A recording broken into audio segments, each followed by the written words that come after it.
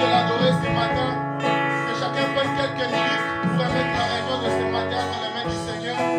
Et remercier Dieu de ce qu'il a fait pour toi pendant toute la semaine.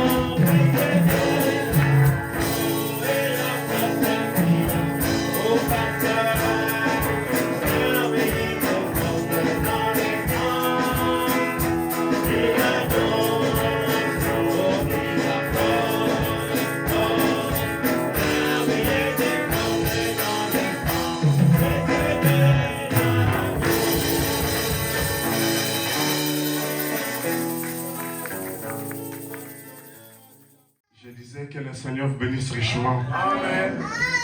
Je suis très heureux ce matin d'être là parmi vous. Et c'est par la grâce de Dieu qu'on se retrouve là. Je vois vraiment ma famille. En tout cas, je suis tellement content de vous voir. Ça fait presque 2 ans que je n'ai pas pu être ici en Turquie. Et aujourd'hui, cette semaine, j'ai accepté que je puisse être là. En tout cas, je vous dis que le Seigneur vous bénisse richement. sans plus tarder, nous allons d'abord lire la parole. Nous allons prendre Matthieu. Nous allons d'abord prendre Matthieu 15. Nous commençons au verset 21. Matthieu chapitre 15 au verset 21. Jésus dit, Jésus étant parti de là, se retira dans les territoires de Tyr et de Sidon.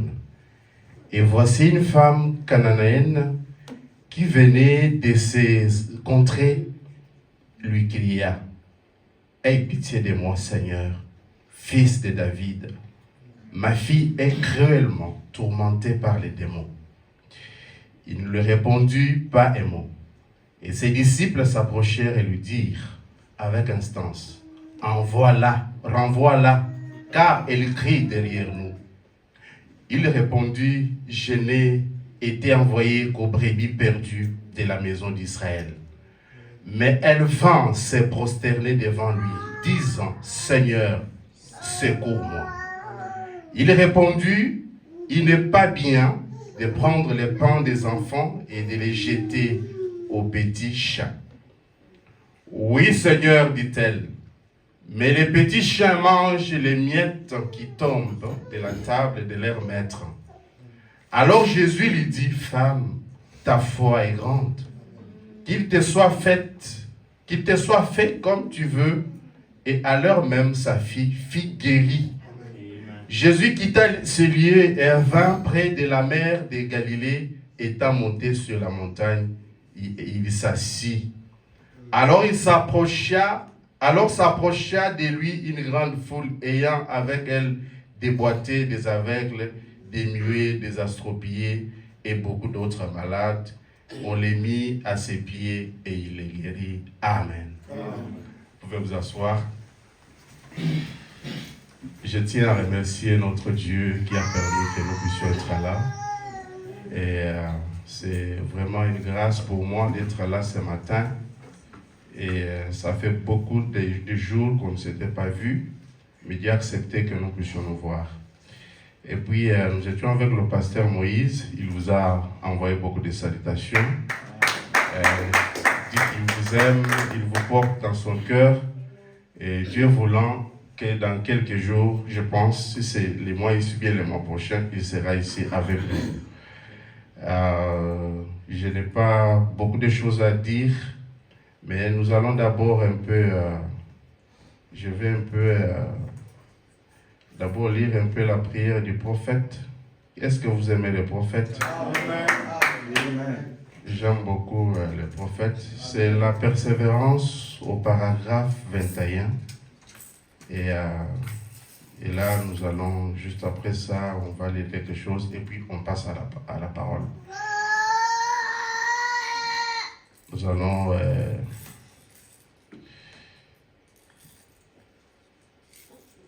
au paragraphe 21. Notre Père Céleste, persévérance.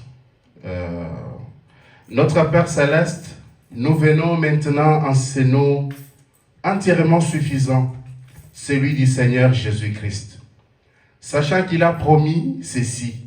Si vous demandez au Père quoi que ce soit, en son nom, cela sera accordé. Nous venons d'abord pour confesser que nous avions commis des erreurs. C'est pourquoi j'ai aimé la prière de mon frère Benjamin, quand il parlait de nos erreurs. J'ai dit, nous sommes connectés. Il disait, nous venons d'abord pour confesser nos erreurs que nous avons commis. Nous avons mal agi et aucun d'entre nous n'est bon. Pas un seul. Et nous venons pour confesser nos péchés. Frère Benjamin, que Dieu vous bénisse. Amen. Au nom du Seigneur Jésus, nous demandons le pardon. Amen. Et frère Branham dit, et tu as vu les mains des gens, celles qui ont été levées ce soir. Et tu sais ce qui est derrière cette main. Ce dont ils avaient besoin. Et j'offre ma prière avec le leur. Je la dépose sur ton autel. Et j'implore ta miséricorde, afin que toi, Seigneur, tu fasses miséricorde et que tu répondes à chacune des requêtes. Nous voulons te remercier pour cette église, pour ses pasteurs et pour tous les laïcs et tous les diacres et les administrateurs. Et tous ceux qui la fréquentent, bénis-les. Que Dieu bénisse cette église et tous ces gens qui les fréquentent. Seigneur, et nous savons que nos réunions et nos rassemblements seraient entièrement en vain si tu n'étais pas là avec nous. Si aussi il n'est pas avec nous ce matin, notre réunion serait inutile. Aussi nous prions, Père Céleste, que nous ayons maintenant l'assurance que tu es avec nous. Nous voulons que nous ayons aussi l'assurance qu'il est avec nous ce matin. Continue, ô Seigneur, d'être avec nous pendant la soirée, qu'il continue à être avec nous pendant cet avant-midi. Aide-nous, s'il y a par hasard des gens qui viennent de la rue et du long des ailes et des sentiers du monde, qui ont été dans leur vie indifférents envers toi, puisse ce soir être celui où ils diront à Dieu, c'est oui, entièrement suffisant, et qu'ils s'abandonneront et se donneront entièrement à Jésus-Christ. S'il y a des malades parmi nous, Seigneur, tu es le grand médecin, qui n'a jamais perdu un cas. Amen. Nous pensons aux jours dans lesquels nous vivons, alors que les maladies et une obscurité profonde couvrent la terre. Mais nous repensons au moment où tu conduisais ton peuple. Moïse les a fait sortir de l'Égypte et il les a conduits au pays promis. Amen.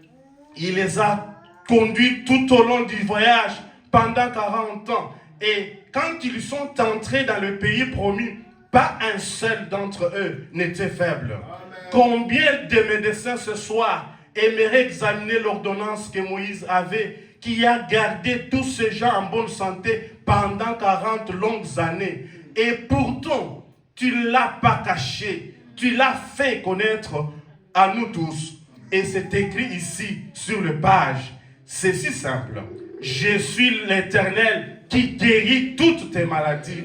Puissions-nous prendre conscience de cela ce soir. Seigneur, les malades et ceux dans le besoin, et savoir qu'il n'y a pas une seule maladie dont tu n'es pas remède, les doubles remèdes.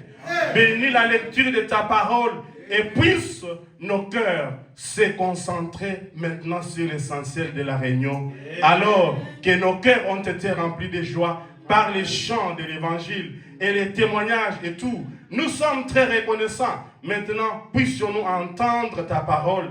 Amen. Et parle-nous, Père, et bénis ces quelques notes qui ont été préparées pour la soirée, pour le matin, car nous les demandons en son nom et pour sa gloire.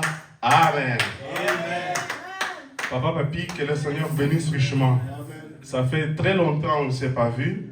Et puis, juste pour que je décolle, nous allons aussi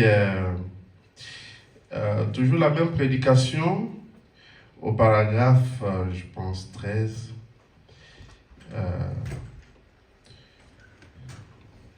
Paragraphe 13, et nous allons décoller. Ok, paragraphe 13. Maintenant, je dois conduire environ 240 km ce soir. Après le service et avec un beau groupe comme celui-ci, il me faut beaucoup de temps pour débiter et ensuite des fois plus de temps pour m'arrêter. Je vais donc essayer d'entrer directement dans ce que j'ai l'intention de dire aussi vite que possible. Je vais remercier le pasteur, les collaborateurs et tout le monde pour cette occasion de venir ici pour me rendre témoignage de sa grâce ce soir dans cette belle assemblée. Amen. En tout cas, je remercie beaucoup le pasteur Moïse qui a accepté que je me tienne devant vous. Et je remercie aussi ma famille. Cette famille, elle est partout. Elle dépasse la famille restreinte. Vous savez, la famille chrétienne, elle est une famille internationale. En Turquie, elle a cette famille-là. Vous allez en Belgique, vous allez la trouver. Vous allez au Congo, vous trouverez cette famille. Je me sens tellement à l'aise quand je suis avec vous. Et que le Seigneur vous bénisse richement. Ce matin, nous allons parler sur la persévérance. Vous savez, Moïse, mon frère Balaam parle, il dit, Pharaon un jour il se réveille, il regarde sur la fenêtre. Quand il regarde, il voit les enfants d'Israël. Il dit, voici les esclaves qui sont sous mon pouvoir. Ces gens ici, je les ai amenés ici, c'est pour qu'ils puissent nous servir, nous les Égyptiens. Mais frère Balaam dit, Moïse, quand il se réveille, dans la maison de Pharaon, sur la même fenêtre, la même direction, Moïse, quand il a regardé, lui, il dit, ça, ce sont les enfants de Dieu. Un peuple béni de l'Éternel. Voilà ce peuple pour qui je serai un jour leur libérateur. Par la foi, Moïse avait cru. Il avait une vision différente que Pharaon. Ce matin ici, les diables, quand il vous regarde, lui, il voit que ce sont des souffriers. Des gens qui sont là pour que les diables puissent vous faire souffrir. Mais quand notre Dieu vous regarde, il dit, voici les princes. Voici les hommes qui doivent dominer la terre. Ce matin, je ne suis pas un esclave du diable, mais je suis un fils du roi. Amen. Ce matin, je ne suis pas un homme qui est au pouvoir du diable, mais je suis un prince qui doit renverser le système diabolique. Amen. Est-ce que vous croyez cela? Et c'est ce que nous devons croire. Et nous devons les vivre, les manifester partout. Partout où nous devons vivre. Même si les choses ne marchent pas. Et les choses doivent marcher. Et comment nous devons les manifester? C'est en persévérant. Amen. Amen. Nous devons persévérer. Marcher avec lui partout. Marcher avec Christ partout. Christ, c'est notre délivrance. Christ, c'est notre conducteur. Sans lui, on ne peut jamais espérer faire quelque chose. Amen. Amen. Toujours dans la même prédication, persévérer. Nous allons d'abord voir le mot persévérance, ce que cela signifie au paragraphe 44. Je ne saurais pas être long, mais nous allons quand même parler de quelque chose qui va nous aider. Frère Balaam dit au paragraphe 44, il dit, eh bien, c'est la même chose avec la foi. La foi est une ferme d'assurance des choses qu'on espère. Une démonstration des choses qu'on ne voit pas. Aussi longtemps que vous placez votre foi sur cela et que vous êtes ancré là, vous allez y parvenir. Peu importe que vous le voyez ou non. Vous savez quand même que cela vous tirez dessus et il vous tire. Et tout homme qui a jamais réalisé quelque chose de valeur s'est fixé un but.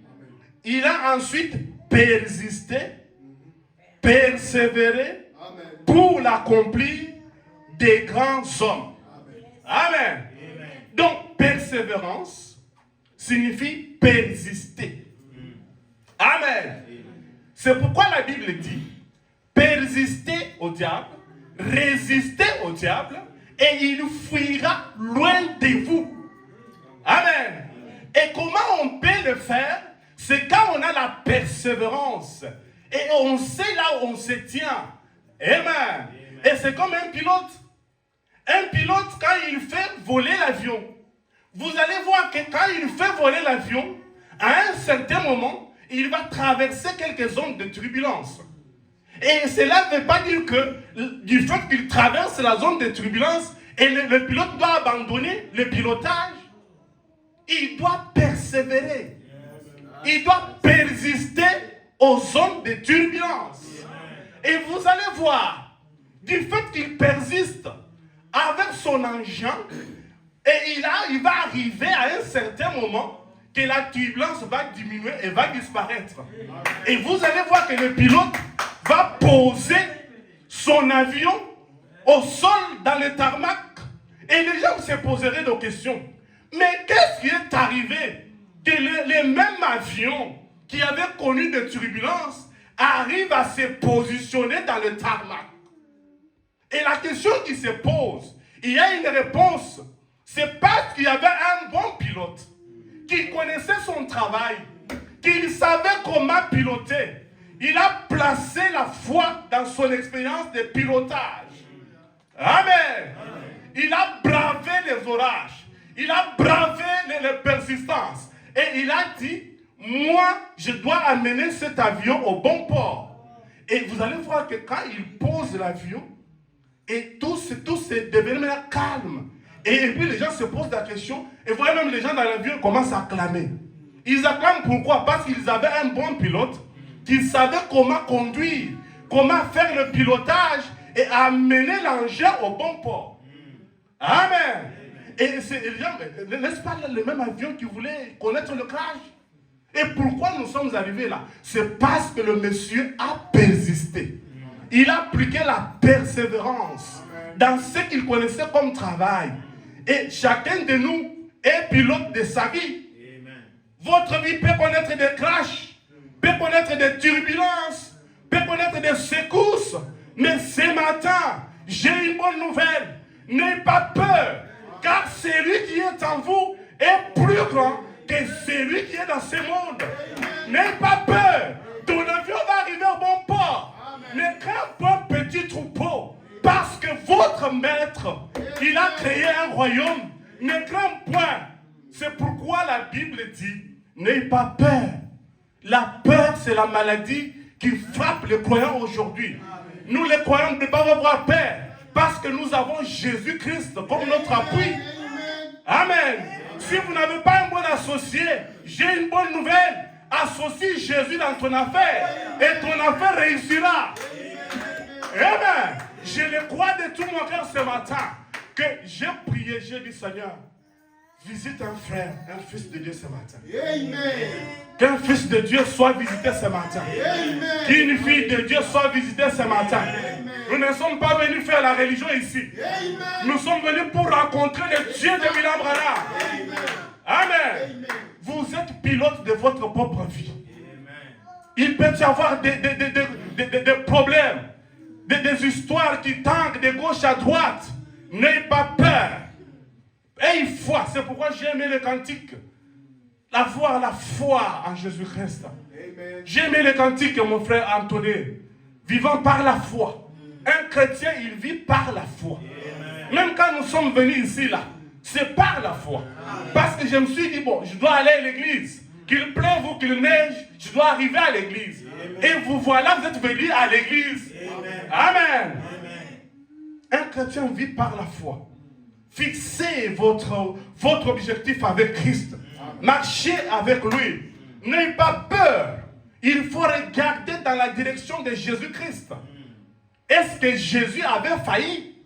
Est-ce que Jésus a déjà failli? Il n'a jamais failli. D'ailleurs, il a vaincu la mort. Il a vaincu le diable. Il a mis KO. En fait, que toi, tu puisses vivre et être victorieux. Amen. Notre maître est sorti de la tombe victorieux. Afin que toi et moi, nous puissions être des victorieux. La mort n'a pas vaincu Dieu. La mort n'a pas vaincu Jésus. Alors, pourquoi le diable va nous vaincre, nous? C'est pourquoi Frère Branham dit, si quelqu'un te dit que je suis mort, ne croyez pas. Parce qu'un chrétien ne meurt pas. Parce que la mort n'est qu'un avion. N'est qu'un engin qui m'amène, qui me fait quitter la Turquie pour aller au Congo. Donc, me faire quitter la Turquie pour m'amener à Paris. Donc, la mort, c'est un avion. Les chrétiens ne meurent pas. Amen. Cette histoire peut mourir. Mais il y a une âme qui doit vivre. C'est pourquoi, étant chrétien, nous devons manger la parole jour et nuit. C'est pourquoi la Bible disait, Dieu disait à Josué, Josué, fils de Nun, prends courage, médite ces livres de la vie, jour et nuit. Oh, prends courage, persiste aux tempêtes, persiste aux vagues. Il ne faut pas tanguer de gauche à droite. Un pied dans le message, un pied dans le Maïkari. Qu'est-ce que Maïkari? La rose croix, c'est quoi par rapport à notre Dieu? La Bible est puissante que Maïkari. Amen. La Bible, Jésus-Christ, est puissant que tout ce que vous pensez être puissant. En dehors de Jésus, point d'espoir. En dehors de Jésus, pas de progrès. C'est pourquoi Frère Branham dit, la divinité de Jésus-Christ, c'est celle qui est au top. Amen. C'est celle qui est au top. Et vous ne ferez jamais de progrès en dehors de cette divinité. Si quelqu'un vous amène que Frère Branham est Dieu, c'est que cette personne-là d'abord est lui-même. Il ne connaît pas là où c'est qu'elle est en train de croire. Parce que Jésus-Christ est notre Dieu. C'est ça le Dieu que nous devons adorer. Et William Branham est son prophète. Seulement le problème est que Dieu aujourd'hui est entré dans William Branham. Il a utilisé Branham. Quand tu vois Branham, tu as vu Dieu. Amen.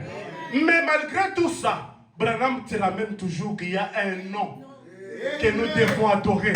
C'est le nom du Seigneur Jésus-Christ. Amen. En dehors de ce nom, vous pouvez monter et descendre et vous finirez toujours à donner raison à la parole de Dieu. Amen. Je le crois de tout mon cœur. Jésus-Christ est mon sauveur. Il a versé son sang pour moi. Si dans mon bateau, il y avait une dame, Frère Branham parle d'une dame. Il dit, cette dame-là était dans le bateau. Le bateau a commencé à connaître des naufrages. Les gens étaient agités dans le bateau. Les gens partaient de gauche à droite. Il y avait qui commençaient à implorer leur Dieu. Amen. Mais il y avait une dame qui savait là où elle s'était. Amen. Pendant que les autres bivaient, faisaient du n'importe quoi. Mais cette dame-là, elle était en train de prier le Seigneur, en train de lire la parole. Mais quand le mouvement des nuages, le mouvement des flots, le mouvement des vagues, quand ça commençait à bouger tellement le bateau, tout le monde était maintenant en prière. Parce que notre Dieu, on le reconnaît seulement quand on est dans le pétrin. Quand les choses marchent bien, on oublie Dieu. Dieu, on le reconnaît quand les choses ne marchent pas. Amen. Mais quand les choses marchent, c'est le moment où il faut connaître Dieu. C'est vraiment un principe. Hein? Quand les choses marchent bien, c'est le moment où vous devez être un avec lui. Parce qu'il y aura aussi un moment où tes prières d'aujourd'hui vont te secourir. Amen. Au moment de prier, prie. Il ne faut pas attendre que le moment là arrive. Parce que quand ça arrive, ça peut même vous mettre dans une condition où vous ne saurez même pas prier. Mais tes prières que tu fais tous les jours, Dieu va se souvenir de ça. Cette dame-là, pendant que les autres, vous êtes en train d'invoquer leur Dieu, et ils arrivent, ils disent, mais madame, mais qu'est-ce qui se passe? Le capitaine qui arrive, il dit, mais qu'est-ce qui se passe? Mais tout le monde est en train de prier. Mais toi, qu'est-ce que tu fais? La dame dit, mais monsieur, vous savez, j'ai des enfants. Un, il est déjà dans la gloire. L'autre est à New York. Si ce bateau ici faisait que j'arrive à New York, je vais me croiser avec ma fille qui m'attend jalousement. Elle m'attend déjà pour m'accueillir. Mais si ce bateau va connaître naufrage, je vais entrer dans la gloire. Mes frères et sœurs, ça c'est une croyante qui connaît là où elle se tient. Nous devons aussi nous connaître là où nous nous tenons. Nous nous tenons sur les rocs solides. Et les autres choses, nous avons du sable mouvant. Et nous n'allons pas courir derrière le sable mouvant. Nous devons nous appuyer sur Christ, le roc. Là où nous devons bâtir notre maison. Sur la parole de l'heure. Sur le message de mon jour. Oh my my. Les amis peuvent nous abandonner. Mais Christ ne nous abandonnera jamais. Amen. Frère Branham parle.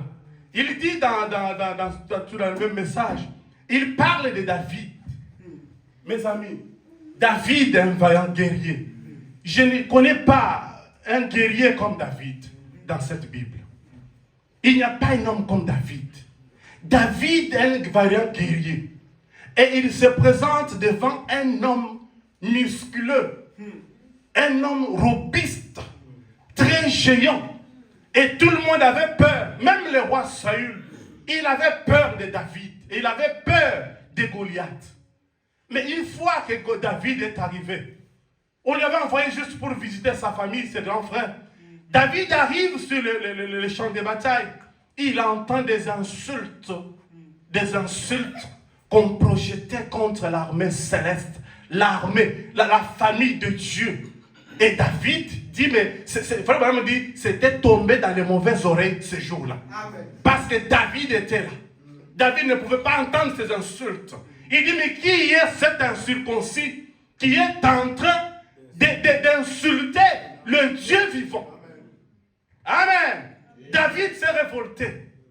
Et les hommes sont venus. David, nous connaissons comment tu es audacieux.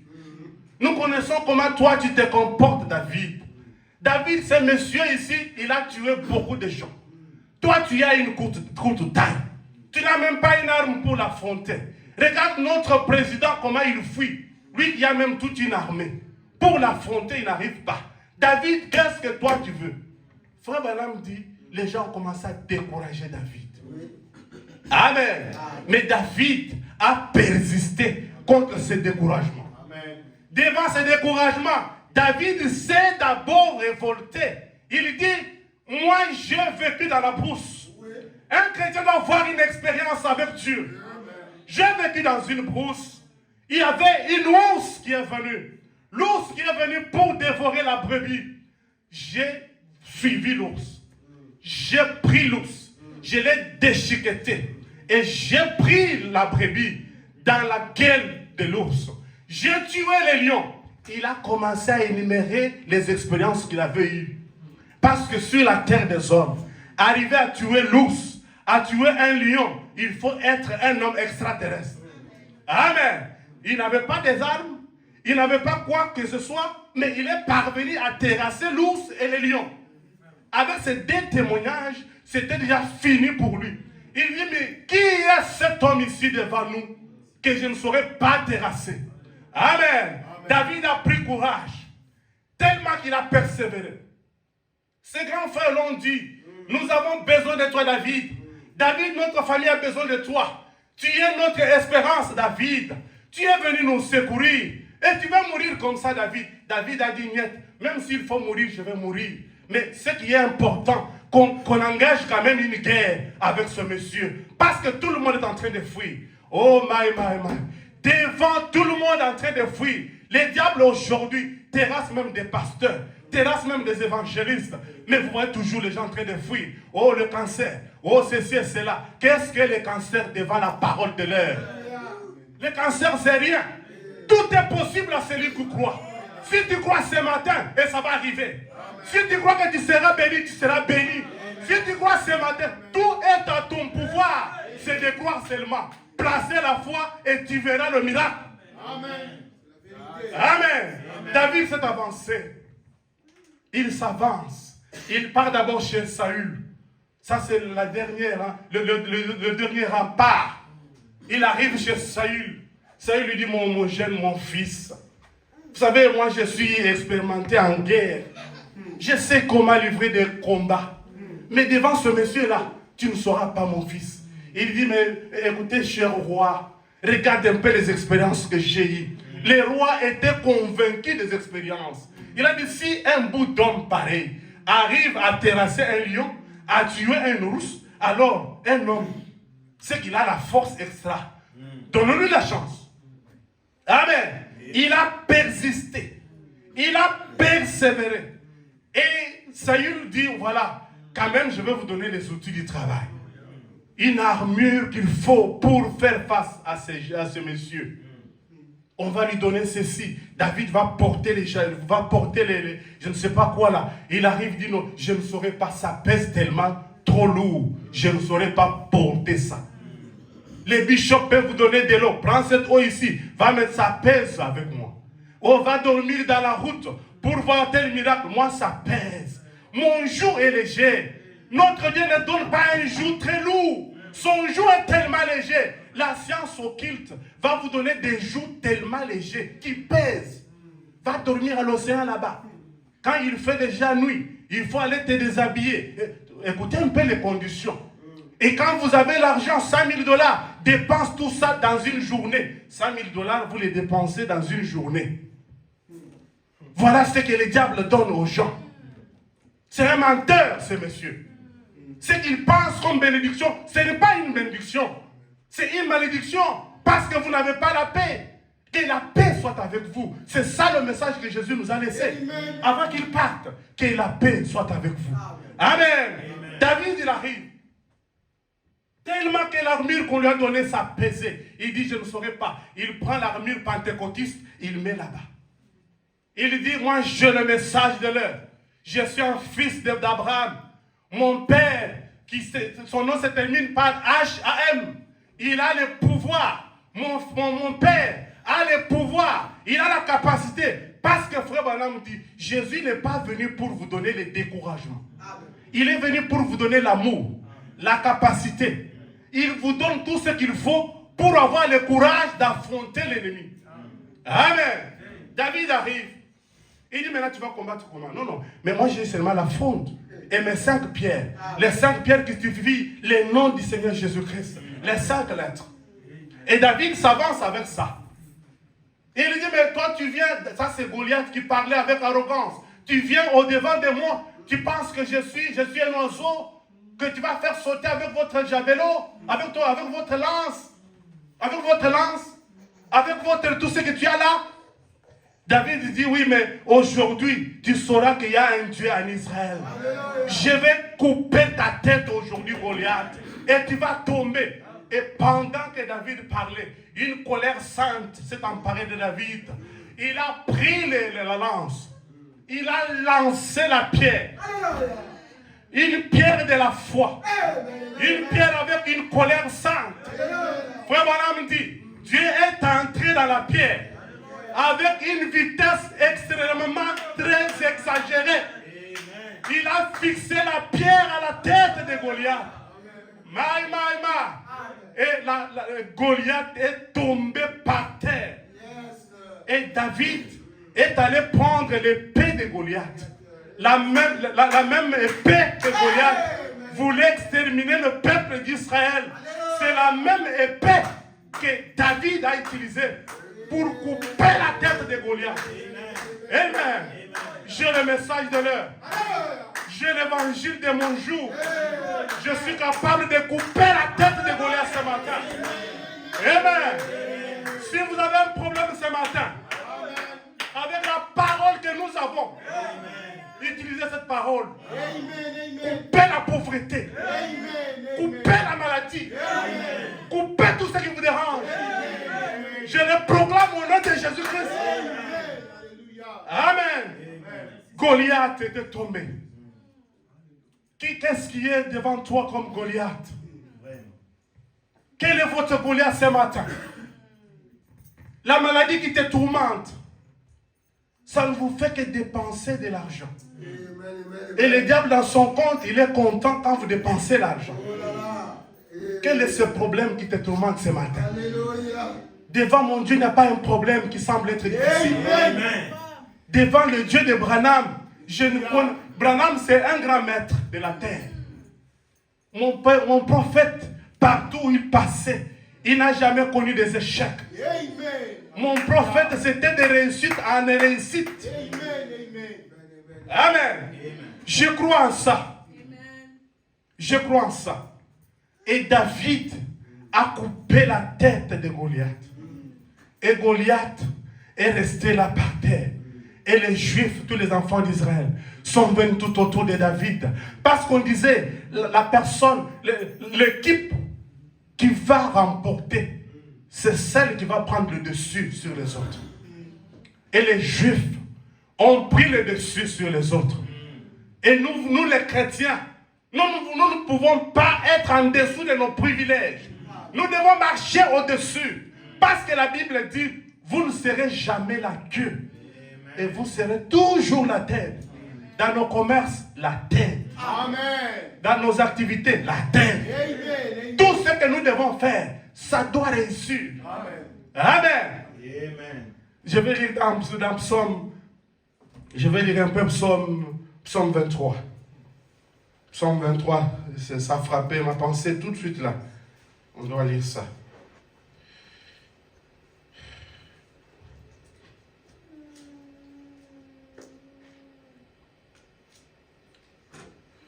Psaume 23, excusez-moi. L'Éternel est mon berger. Je ne manquerai de rien. Il me fait reposer dans de verts pâturages. Il me dirige près des eaux paisibles. Il restaure mon âme.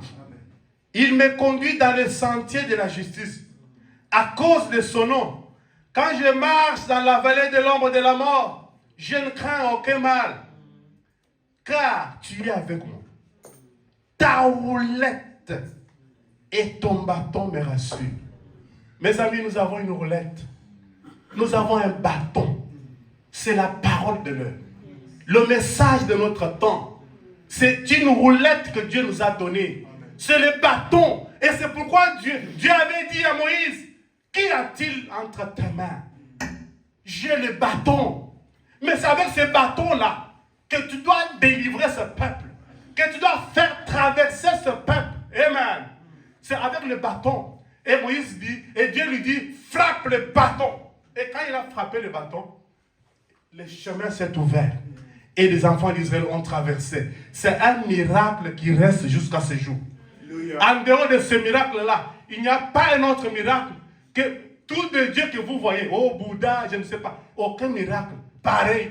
Tout un peuple, des millions de personnes qui traversent dans une mer, comme celle que nous avons ici, Maramara, ici. On frappe et les gens traversent. Ça n'existe pas jusqu'à ce jour. C'est l'unique. C'est pourquoi le miracle que Dieu donne, c'est un miracle éternel. Amen. Amen. Amen.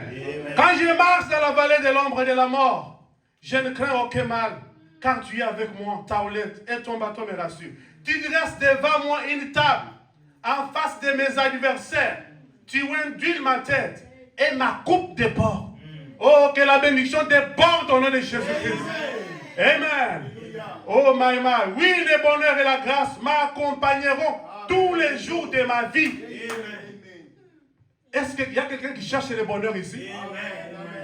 Est-ce qu'il y a une personne qui peut chercher le bonheur? Le bonheur, ça ne vient que de Dieu. Tout ce que les hommes donnent comme bonheur, ça n'existe pas. C'est un bonheur illimité. C'est un bonheur illimité. Mais celui qui vient de notre Dieu est illimité. Amen. Le bonheur et la grâce m'accompagneront. Amen. Tous les jours de ma vie, et j'habiterai dans la maison de l'Éternel jusqu'à la fin de mes jours. C'est pourquoi David disait, je suis dans la joie. Lorsqu'on me dit, allons dans la maison de l'Éternel. Maintenant, nous ici en Turquie, nous avons notre salle, nous pouvons venir fatigués avec des problèmes, des soucis, venir des fois même un mercredi vous seul, ouvrir cette salle, prier le Seigneur. Mais les gens ne veulent pas. Il faut que quelqu'un soit derrière. Mon cher, pourquoi tu ne peux pas venir à l'église? Mais la Bible dit, je suis dans la joie. Lorsqu'on me dit, allons dans la maison de l'Éternel. Et vous allez trouver qu'il y a beaucoup de frères ici, qui vivent ici, mais qui ne veulent pas venir à l'église. On ne vient pas à l'église pour une personne. On vient à l'église parce qu'il y a un Dieu qu'on doit rencontrer. Et ce Dieu-là, c'est toi qui viens avec une partie. L'autre vient avec une partie. L'autre vient avec le bras. L'autre vient... C'est pourquoi nous faisons le ressemblage de ce Dieu-là. C'est pourquoi la Bible dit, il est doux, il est agréable de trouver des frères demeurer ensemble. Parce que c'est là que l'Éternel déverse ses riches bénédictions. Dieu déverse ses bénédictions quand nous sommes en communion. Dieu ne déverse pas ses bénédictions quand je suis seul. Non, non. La communion est très importante. Vous allez voir que Shadrach, Meshach, Abednego, c'est quand ils étaient ensemble et qu'ils ont compris que ici, nous devons relever les défis. Les défis à relever, et c'était d'amener le Dieu d'Israël comme un véritable Dieu qu'on doit se prosterner afin de commencer une adoration. Amen. Le vrai Dieu. Et c'est quand ils étaient ensemble, ils ont compris que nous sommes une minorité. Même si le monde nous abandonne, mais parce que les gens disent, mais Dieu est c'est la majorité qui prime. La minorité ne prime pas. Mais vous voyez, c'était 3 personnes, une minorité, mais qui a primé, qui a pris le dessus. On prend Shadrach, on les prend, on les jette dans la fournaise ardente. Il y avait un ange, Gabriel. Seigneur, tu laisses vraiment tes enfants être jetés dans la fourneuse comme ça. Et tu regardes, Dieu dit, Michael, c'était Gabriel ou Michael? D'abord Michael. Je te connais, tu es un bon ange, un ange puissant, fervent dans la mission. Chaque mission que je vous donne, vous l'avez exécutée de la bonne manière. Mais cette affaire, ça ne vous concerne pas. Amen. Ah, toutes les autres missions, vous nous envoyez. Mais cette fois, ça ne me concerne pas. Mais tu ne vois pas qu'on est prêt à les jeter dans la fourneuse. Et il dit, oui, mais je vois. Je veille sur ça. Mon frère, ta situation là, si tu es vraiment en relation avec Dieu, sache qu'il y a un Dieu qui veille sur ça. Amen. Et il lui dit ça. Ça, maintenant, c'est Gabriel qui se présente. Seigneur, tu sais combien j'ai été fidèle envers vous. C'est un commentaire que Frère Branham fait. Tu sais combien j'ai été fidèle envers vous. Il dit, oui, je connais, tu as été un bon ange. Tu as envoyé dans des missions, tu les accomplis exactement, correctement, de la manière dont je le veux. Mais cette situation, ça ne vous regarde pas. Ça me regarde moi. Mais la façon maintenant d'agir, quand ça lui regarde, même les anges ne savaient pas. Amen. La façon dont Dieu va agir pour les dossiers de ses enfants, même les anges ne savaient pas. Pendant qu'on prenait maintenant Shadrach, parce qu'on leur a posé des questions, est-ce que vous ne pouvez pas renoncer à votre adoration ici?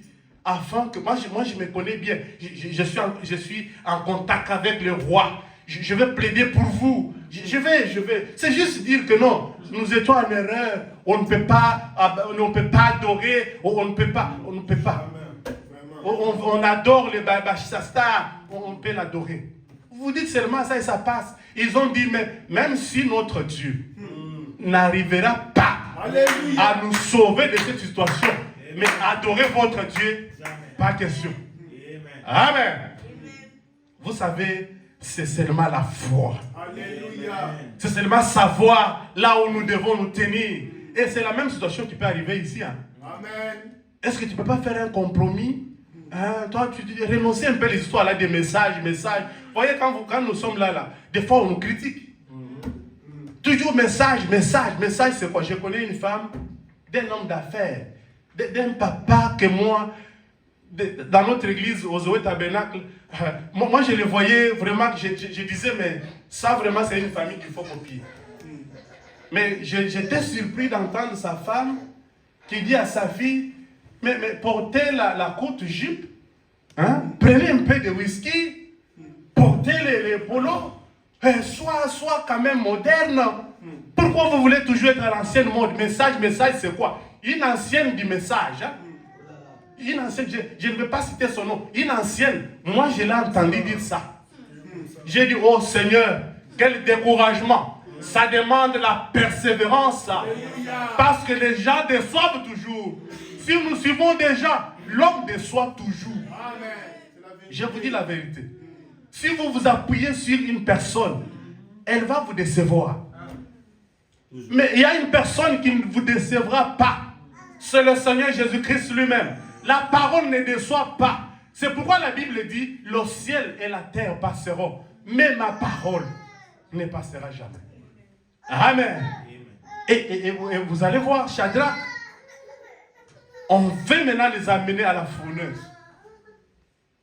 Et quand on veut les jeter, la quatrième personne était déjà dans la fournaise. Même les anges, quand il a fait la descente, les anges ne savaient pas. Ils ont vu seulement un Dieu, leur maître, qui quitte le ciel, qui prend le vent du sud et le vent du nord, il descend dans la fournaise. Donc on jette Shadrach. Shadrach trouve déjà la situation prise sur le contrôle. La situation bien maîtrisée. Et il y a un mot qui se dit à Kinshasa, tu es maîtrisable. La fournaise était maîtrisable. La fournaise était maîtrisable. Jusqu'à tel point que même les gens qui ont amené ces 3 personnes pour les jeter, ils étaient brûlés et calcinés. Mais qu'est-ce qui a sauvé Shadrach? C'est la persévérance. Amen. La foi qu'ils avaient. Shadrach ont placé leur foi en Dieu. Il dit que nous avons accepté Dieu. C'est une question de vie ou de mort. On ne peut jamais rétrograder. Le chemin que nous avons pris, mes frères, c'est un chemin de non-retour. Je vous dis la vérité. Le chemin que nous avons pris, c'est un chemin de non-retour. Certainement dans ce chemin, dans cette route, vous allez voir des frères qui tombent à gauche, qui tombent à droite. Mais toi, persévère. Amen. Amen. Ce n'est pas parce que les avions connaissent des crashs qu'on ne va plus piloter les avions. Amen. Ce n'est pas parce que les véhicules connaissent les accidents qu'on ne saura plus conduire des véhicules. Amen. Le problème, c'est de savoir, quand vous conduisez les véhicules, vous êtes à côté de qui? Parce que quand vous êtes devant le véhicule, il faut engager le Dieu de Branham. Il va vous secourir. Quand vous voulez prendre l'avion, il faut engager, associer. Vous devez voir votre associé, l'associé invisible, le Seigneur Jésus-Christ lui-même. Partout où tu vas être, tu ne connaîtras jamais les échecs. Et vous savez pourquoi nous échouons? C'est parce qu'on n'associe pas Jésus dans nos activités. Ou soit, on associe Jésus, mais chemin faisant, on oublie Jésus. On prend l'argent qui est destiné à aider le peuple de Dieu, à servir le Maître Jésus. On prend l'argent, on part mettre dans des histoires qui ne confessent pas le nom de l'Éternel. On trouve un frère qui achète un véhicule. Dans son véhicule, ce sont des Marie-Madeleine. Sa femme n'a même pas le droit de s'asseoir à côté de lui pour parler de la bénédiction que Dieu leur a donnée. Et vous trouvez un frère qui prend l'argent, qui se donne le luxe d'aller acheter des cigarettes, des whisky, des interdits que le message nous a présentés aujourd'hui. Et vous pensez que quand il y aura la crise, et le ciel sera toujours ouvert pour toi? Non. Dieu va regarder aussi quelqu'un d'autre qui souffre. Et ton argent là sera pris pour donner à quelqu'un d'autre qui souffre. Associons Jésus en tout et pour tout. Même si j'ai $1000, même si j'ai $100, il faut que je sache qu'est-ce que mon $100 est en train de faire.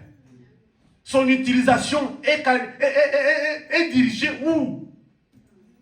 C'est ça, c'est là où il y a le problème. Et c'est pourquoi nous connaissons des échecs.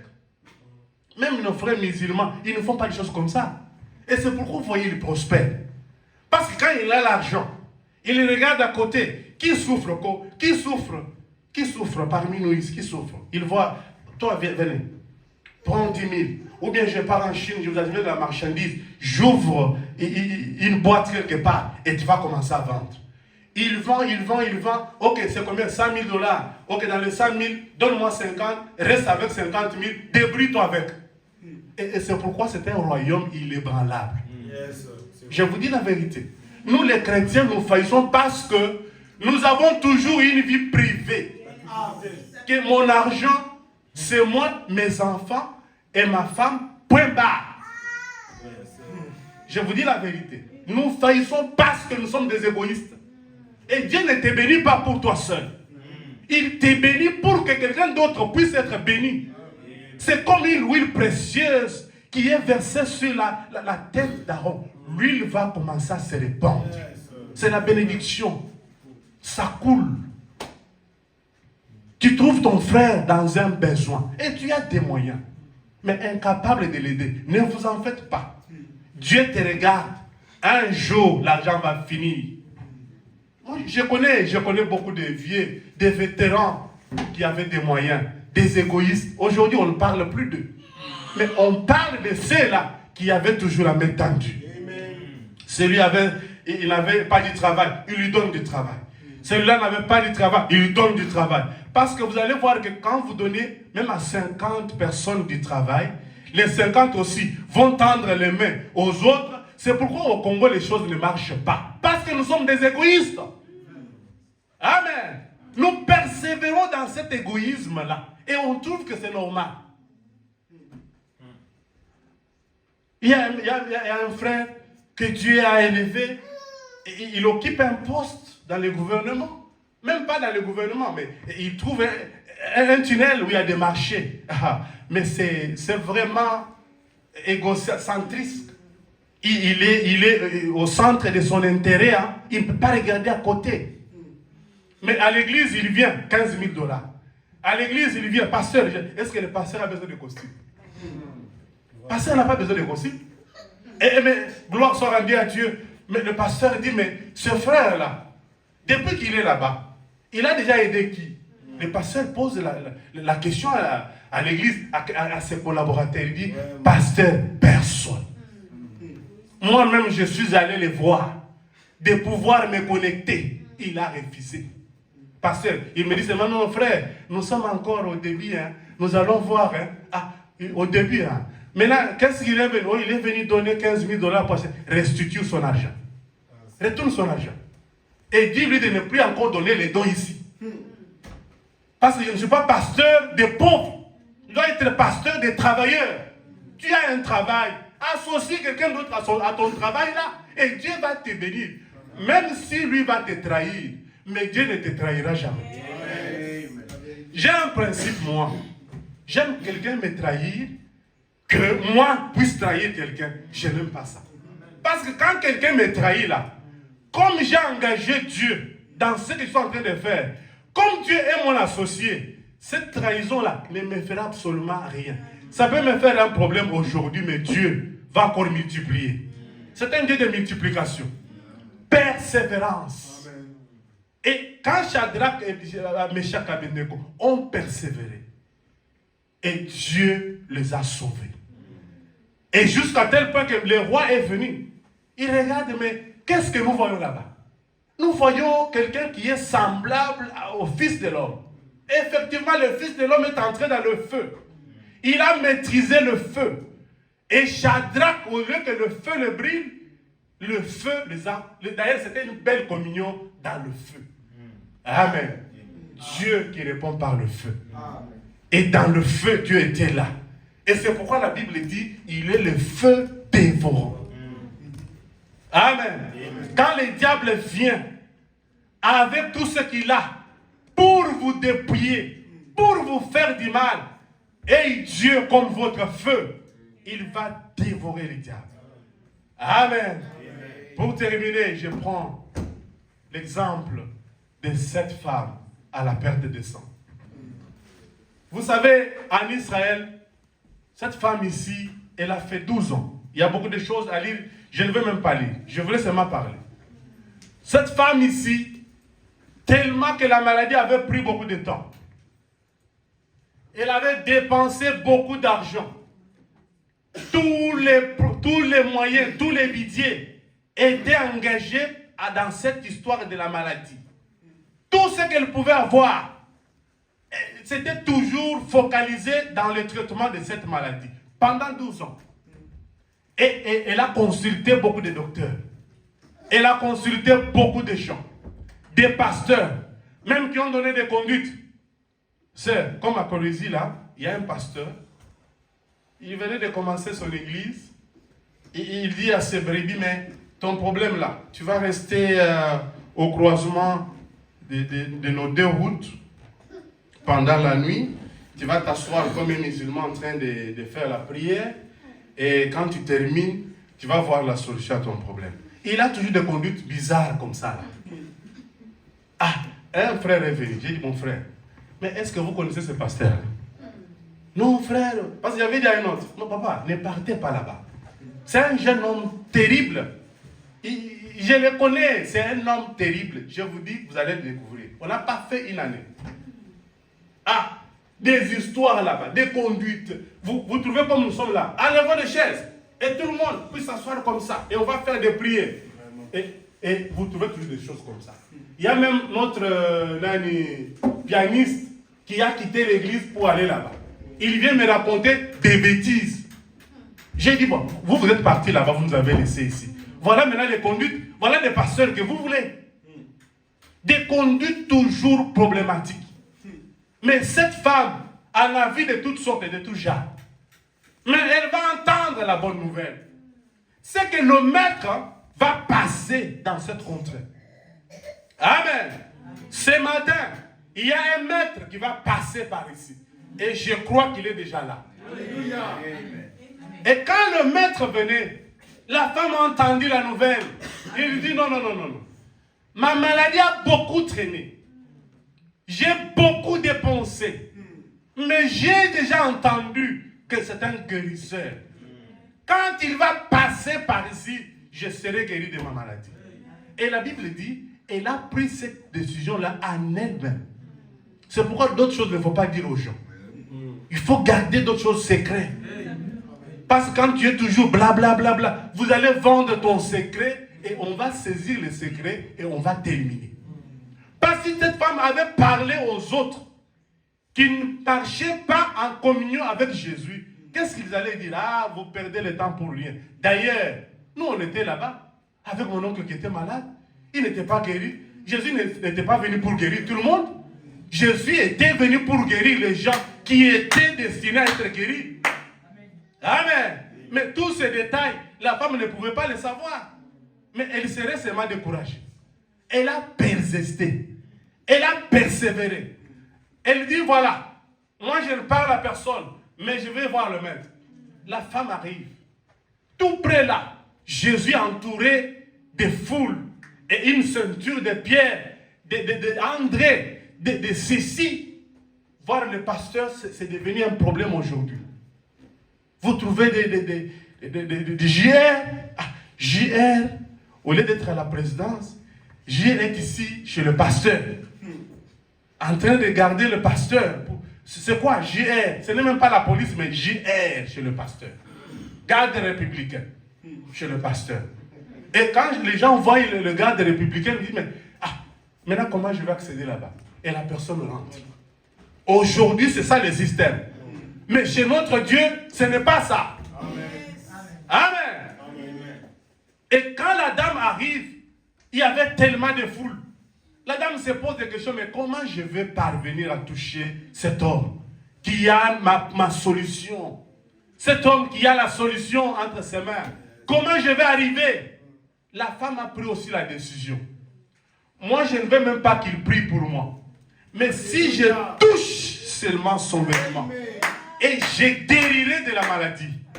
Amen. Il y avait une révélation. Elle a pris une décision associée avec la foi. Et elle a persévéré avec cette décision-là. La femme, en fin de compte, elle s'est faufilée. Elle a touché le vêtement de Jésus. Et Jésus s'arrête. Il dit, qui m'a touché? Écoutez la réponse de Pierre. Seigneur, nous tous ici, d'ailleurs nous sommes tes gardes. Tu as voulu tomber, on est venu te toucher pour ne pas te laisser tomber. Maintenant tu nous poses encore la question de savoir qui t'a touché. Il dit, Pierre, arrête.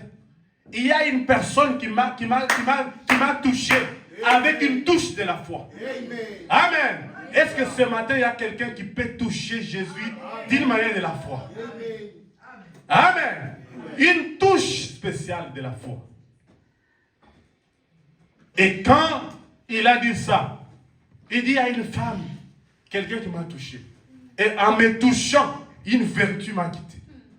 Amen. Et cette femme, instantanément, était guérie de sa maladie. Amen. Ce matin, quel est ce problème qui te tourmente? Réfléchissez. Je vous prie de vous lever maintenant. quel est ce problème qui te tourmente ce matin? Tout est possible à celui qui croit. Si vous croyez ce matin, il n'y aura pas de choses difficiles. Amen. Un problème de documents? C'est quoi le problème? Notre Dieu est capable de changer les Amen. choses. Je le connais, il est le Dieu illimité. Il n'est pas limité comme nous les hommes. Alléluia. Nous les hommes, on peut promettre aujourd'hui et demain, je vais encore renoncer. Mon frère, excusez-moi, je n'ai pas pu. Mais Dieu, il ne renonce jamais. Quand il promet, il réalise. Il avait dit que la terre soit. Et nous sommes là avec la terre, sur la terre. Il avait dit que le ciel soit. Nous sommes là, nous voyons le ciel. Qui est tel arbre. Nous voyons les arbres. Oh, qui est, je ne sais pas, les citronniers. Nous voyons les citronniers. Les mandariniers. Nous en avons. Tout ce qu'il a promis, qui est de l'eau. Nous avons vu de l'eau. Qui est la lumière. C'est par les ténèbres et la lumière. Nous avons vu tout ça. Il y a un temps où il y a la lumière. Il y a aussi un temps où il y a les ténèbres. Tout ce qu'il a promis. Nous voyons tout ça. Mais qu'est-ce qui est là comme problème? Qu'est-ce que vous avez comme Goliath devant vous?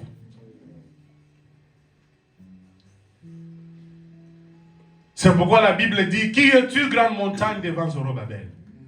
Tu seras aplani. Amen. Notre Dieu est capable d'aplanir là où il y avait une montagne. Alléluia. Les enfants d'Israël, il y avait une montagne Goliath devant eux. C'était la mer Rouge. Mais Dieu a frayé un chemin afin qu'ils traversent. Je crois à ce Dieu-là. Et il est capable de le faire. On va chanter un cantique. On va chanter attaché à la croix. Quel sauveur merveilleux, je possède. Sauveur merveilleux, je possède. Oh, il s'est sacrifié. Oh, et sa vie innocente, il cède. Oh, mourir sur les bras. Oh, Jésus attaché à la croix.